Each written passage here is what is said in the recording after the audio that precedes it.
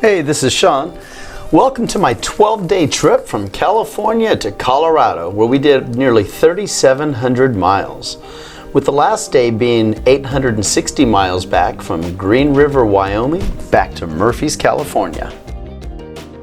Leave any questions or comments you have below, and I'll respond as soon as possible.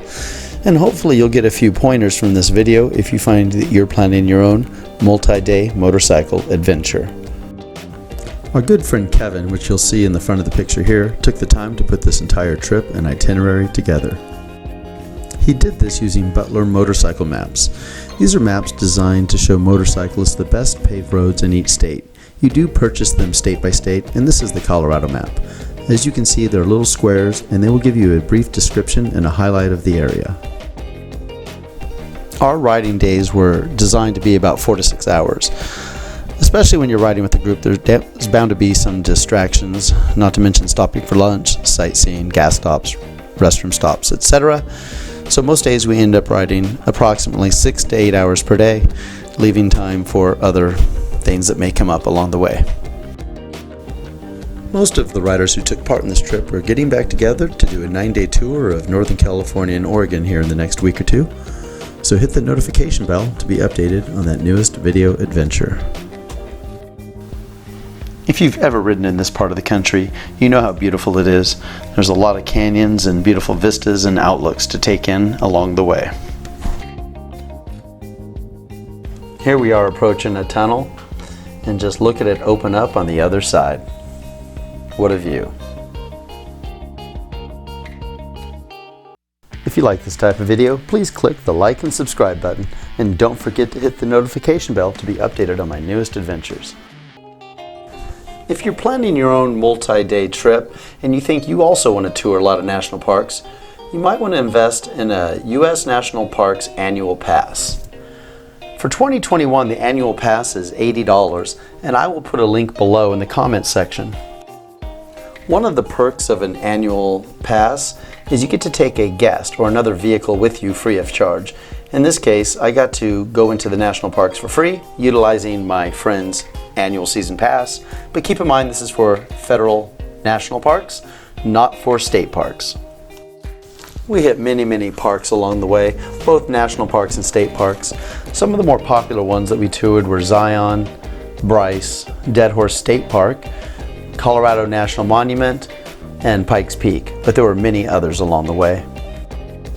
We were fortunate that we didn't hit too much bad weather, but we did get rained on a few times and even encountered a mudslide that stopped traffic, and we had to drive all of our motorcycles through this patch of road.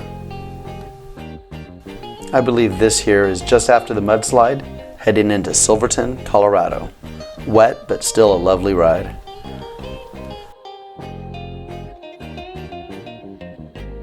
We did get to enjoy several gondola rides on this trip. We visited many small towns such as Silverton and Erie, and we also visited some larger towns which I'd never been to, such as Telluride and Aspen, which were beautiful. Most nights we stayed in hotel rooms, but on a few nights we actually rented a house and we all stayed in the same home together. Here's a shot of most of our group in Silverton. It was a cute little town, lots of 4x4s, lots of off-road vehicles, and just really nice weather. It was a beautiful city to drive into and just hang out for a bit.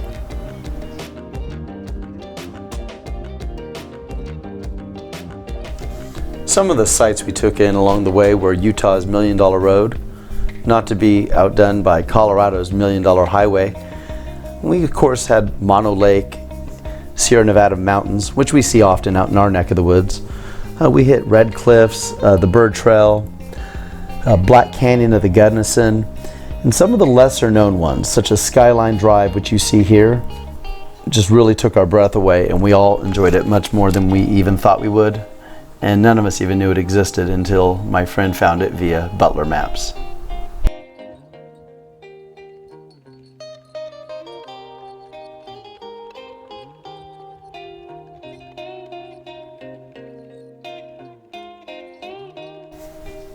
If you're looking to plan a trip like this yourself, plan ahead, find a good group of friends to ride with, and be safe. and most importantly, do take that cold weather riding gear and that wet gear, as you will eventually need it. Here's a few shots from Pikes Peak. We didn't actually get to ride to the top as it was under construction and you had to take a bus up for the last mile, but it was still a beautiful ride up and down and beautiful views along the way. We planned our trip to end up in Aspen, where we were going to stay for 2 nights and tour the town.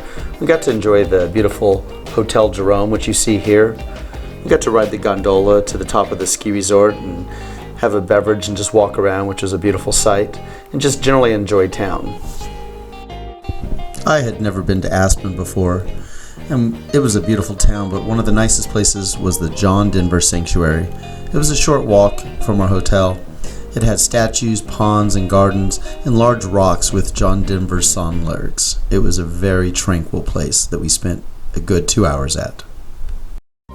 We left Aspen to head up to Green River, Wyoming, where we stayed the night before doing our last day, 857 miles back to Murphy's, California. Leave any questions or comments below, and don't forget to hit the like and subscribe button, as well as the notification bell to get updates on my latest adventures.